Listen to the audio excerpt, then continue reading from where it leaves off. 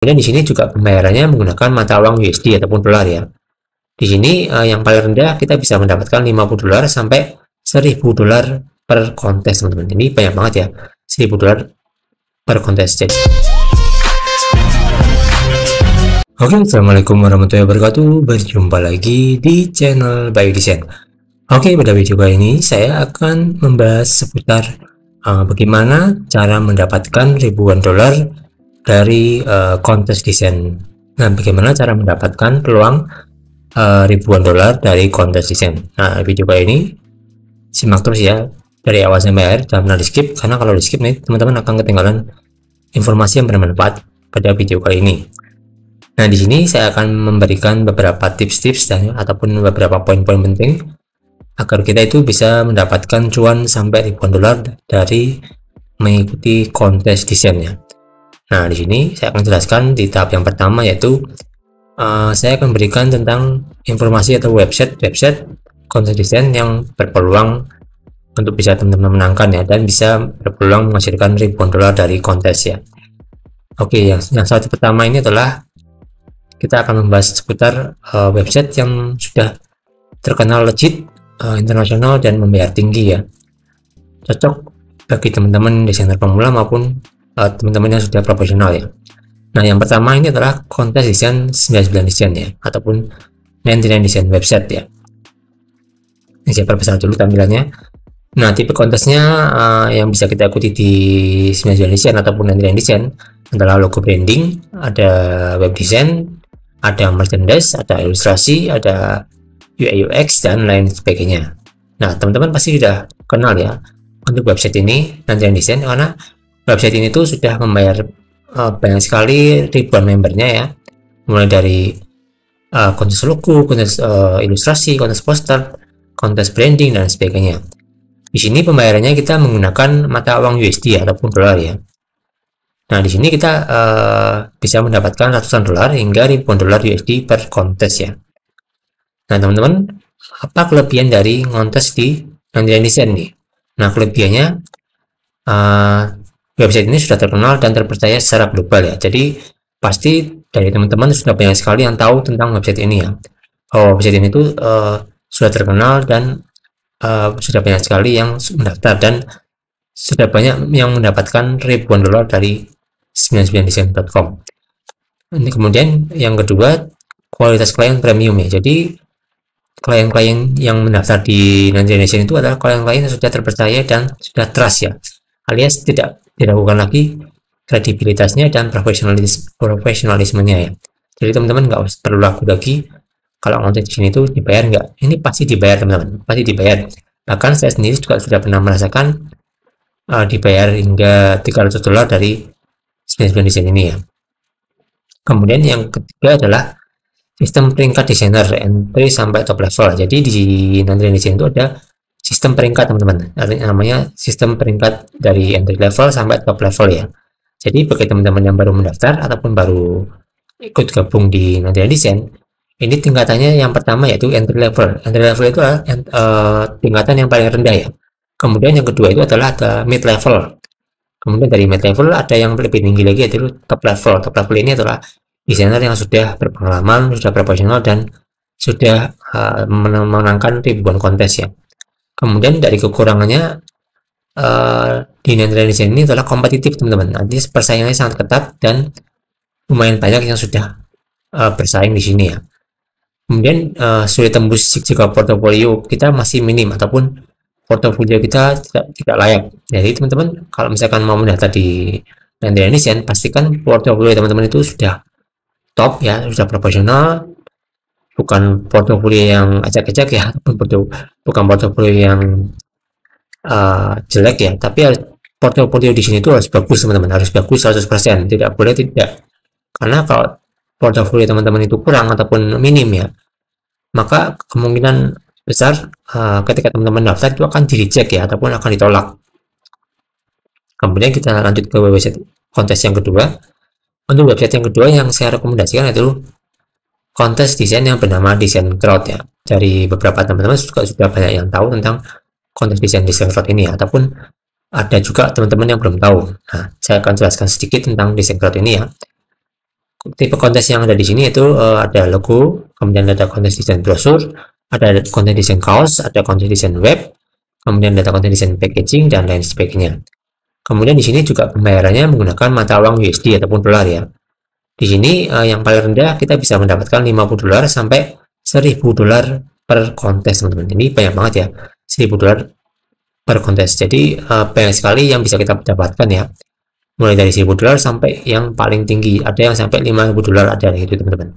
Jadi teman-teman nanti bisa cek aja di websitenya di desainkrowd.com. Di situ banyak sekali kontes-kontes yang bisa teman-teman ikuti ya. Hadiahnya juga bervariasi ya, dari yang paling kecil sampai yang paling besar. Kemudian kelebihan kontes di Desainkrowd ini adalah banyak kontes terbuka setiap hari. Jadi teman-teman nggak perlu khawatir kehabisan kontes ya. Karena di sini tuh kontesnya pasti akan diupdate setiap hari teman-teman ya. Kemudian bisa submit ke banyak project sekaligus ya. Jadi kita bisa mensubmit ke banyak project sekaligus teman-teman. Tanpa perlu khawatir kehabisan kuota ataupun kehabisan kuota kontes ya. Kemudian di sini ada kekurangannya ya. Kekurangannya yaitu fee-nya cukup tinggi ya. Fee yang dimaksud di sini itu potongannya teman-teman ya. Potongan yang diberikan Desainkrowd kepada desainer yang memenangkan kontes ya. Biasanya kayak pajak lah, semacam pajak ataupun potongan admin dari desainkrowd.com. Tapi ini saya rasa nggak masalah ya. Kalau kita bisa menang banyak ya, misalkan satu bulan kita bisa menang 5 kontes ya nggak masalah. Walaupun potongannya banyak ya. Kemudian persaingan di sini cukup ketat ya, sama seperti di Nilai Desain. Kemudian sistem voting yang kurang adil kadang ya. Jadi di sini tuh mengandalkan sistem voting teman-teman. Jadi mereka yang sudah menang ya nanti akan dinilai oleh pihak kontes holder ataupun pihak perusahaan ya. Dan siapa yang paling banyak votingnya ataupun sudah banyak yang like, ya itu dia yang menang teman-teman. Jadi seperti itu ya, sistemnya voting ya. Kemudian kita lanjut ke yang kedua, ke website yang ketiga yaitu website desaincontest.com. Nah ini adalah kontes yang saya rekomendasikan buat teman-teman untuk ikut join ya. Di sini kontesnya mirip seperti di Nilai Desain ya, hampir mirip dari segi brief, dari segi visual, dari segi websitenya ataupun tampilannya juga hampir sama. Tipe kontesnya diantaranya adalah logo dan branding, kemudian ada label, ada konten desain UI, website, ilustrasi dan lain sebagainya. Pokoknya di sini tuh banyak sekali teman-teman kontes-kontes yang bisa teman-teman ikuti ya.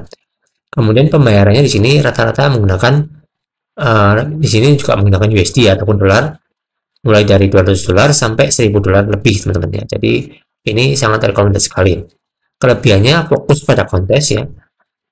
Kemudian yang kedua adalah komunitas desain yang aktif ya. Jadi teman-teman kalau misalkan ada kesulitan ataupun ada yang ditanyakan dari kontes ataupun tips-tipsnya, teman-teman bisa tanya-tanya di forumnya ataupun di komunitasnya ya.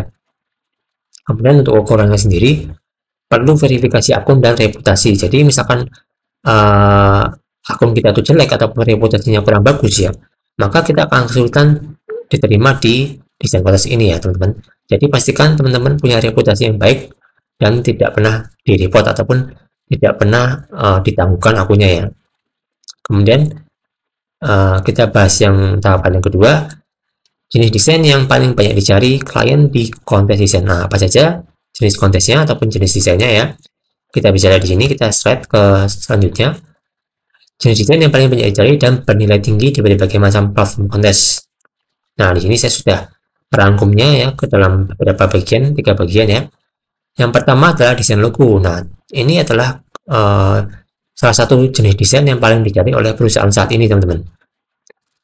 Kebanyakan besar ya, perusahaan saat ini tuh hampir pasti membutuhkan desain logo ya. Apalagi perusahaan-perusahaan startup ataupun yang baru mulai membangun perusahaan ataupun bisnis, mereka pasti membutuhkan desain logo ya.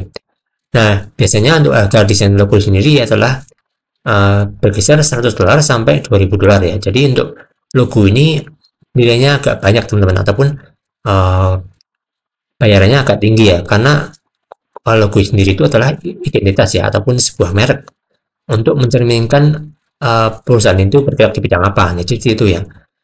Jadi logo ini sangat penting bagi perusahaan ya, karena tanpa logo ya, si perusahaan itu tidak akan mudah dikenal oleh publik teman-teman. Jadi saya pastikan kontes logo ini kontes yang paling banyak dicari di berbagai macam platform kontes manapun ya. Bahkan saya sendiri juga senang sekali untuk membuat desain logo, karena dari segi tampilannya juga sederhana bikinnya ya, tidak ribet. Kemudian dari kedua bayarannya juga cukup tinggi ya. Nah, kenapa logo itu bernilai tinggi, teman-teman? Nah, karena itu sendiri ya, seperti yang saya jelaskan tadi, logo adalah sebuah identitas brand ataupun merek ya. Jadi logo itu adalah semacam apa namanya, ciri kita lah, ciri ataupun merek yang membentuk bisnis kita ya. Karena tanpa logo kita nggak akan bisa dikenal oleh luas oleh publik, teman-teman. Kemudian yang kedua, bisa digunakan di semua media promosi. Jadi logo itu fleksibel, teman-teman ya, sifatnya fleksibel dan bisa diterapkan ke berbagai macam media, baik media cetak maupun media digital ya. Kemudian klien rela bayar mahal untuk hasil profesional dan unik. Jadi jika teman-teman membuat logo yang profesional dan unik, maka dipastikan nilai logo itu akan lebih banyak dan lebih tinggi, teman-teman ya. Jadi pastikan teman-teman membuat logonya itu jangan asal-asalnya. Karena ini kontes ya, teman-teman harus bikin logo yang bagus banget dan profesional, serta jangan lupa logonya harus unik ya, karena kalau nggak unik itu pasti akan sulit sekali untuk menang, teman-teman. Kemudian yang kedua, kontes desain UI UX atau bisa kontes desain website ya. Ini adalah jenis kontes desain yang paling banyak dicari dan paling banyak dibutuhkan di platform kontes desain ya. Untuk bayarnya sendiri berkisar antara $300 sampai $10.000, teman-teman. Keren banget ya. Dari satu konten desain aja kita bisa mendapatkan sampai $10.000 dari mendesain website ya. Jadi untuk website ini juga tergantung lagi kepada kompleksitasnya ataupun mudah enggaknya dari segi pengerjaannya, teman-teman ya. Nah, kenapa desain website itu bernilai tinggi? Karena pengalaman pengguna sangat krusial ya. Jadi untuk website saat ini tuh sangat dibutuhkan sekali, teman-teman.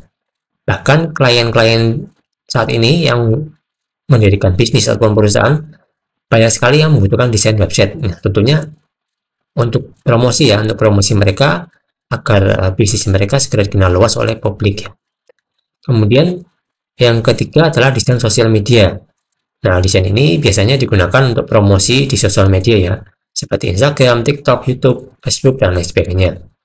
Kebanyakan yang nyari itu adalah kalangan UMKM, influencer, ataupun brand digital ya. Harganya juga bervariasi, teman-teman, mulai dari yang paling rendah yaitu $20 sampai yang paling tinggi adalah $500 per paket dari desain sosial media ya.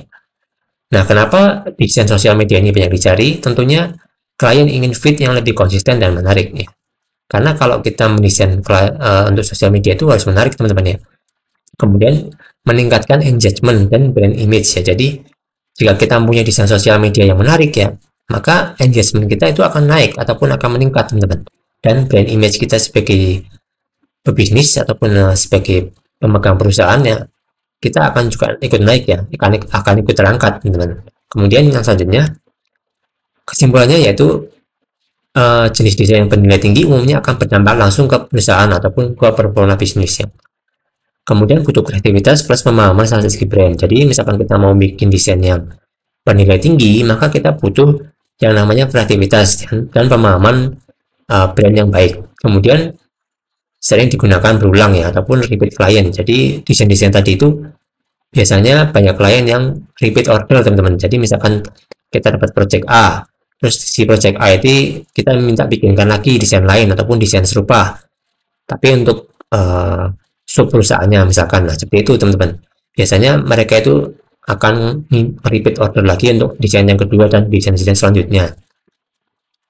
Kemudian selain dari faktor-faktor tadi, yang pertama, yang dan yang kedua, faktor yang menentukan agar kita bisa mendapatkan ribuan dolar dari konten desain yaitu kita harus bisa membaca brief dengan tepat ya. Nah, apa saja poin-poinnya? Membaca brief dengan tepat adalah kunci utama menangkan kontes desain. Nah, berikut adalah panduannya ya, teman-teman. Baca seluruh brief dengan perlahan dan menyeluruh, teman-teman. Jadi, teman-teman jangan cuma memahami konteksnya saja. Dan jangan pernah terburu-buru dalam memahami konteks ataupun memahami brief ya.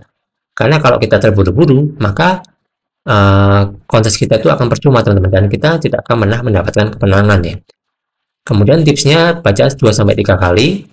Catat poin-poin penting ataupun poin-poin utama yang muncul ya. Kemudian jangan langsung desain sebelum teman-teman memahami brief secara keseluruhan ya. Jadi usahakan teman-teman memahami ini ya. Identifikasi 6 komponen penting dalam brief. Nah, biasanya dalam brief kontes itu ada berbagai macam identifikasinya ya teman-teman ya. Ada nama brandnya siapa, ataupun nama perusahaannya apa, target marketnya itu untuk siapa ya, tujuan desainnya itu untuk apa ya teman-teman. Kemudian ada gaya desain itu yang misalkan minimalis, elegan, playful, bold, retro, dan lain sebagainya. Nah, klien itu ingin desainnya seperti apa? Teman-teman harus perhatikan ini ya. Kemudian referensi visual. Nah, biasanya klien itu akan mengasih kita semacam referensi visual ataupun referensi logo-logo ataupun desain-desain yang mereka sukai, teman-teman. Kemudian pantangan dan larangan. Nah, ini penting juga, teman-teman. Apa yang dia harus hindari oleh kita sebagai seorang desainer ya, dan apa yang diperbolehkan. Jadi teman-teman harus paham ini ya.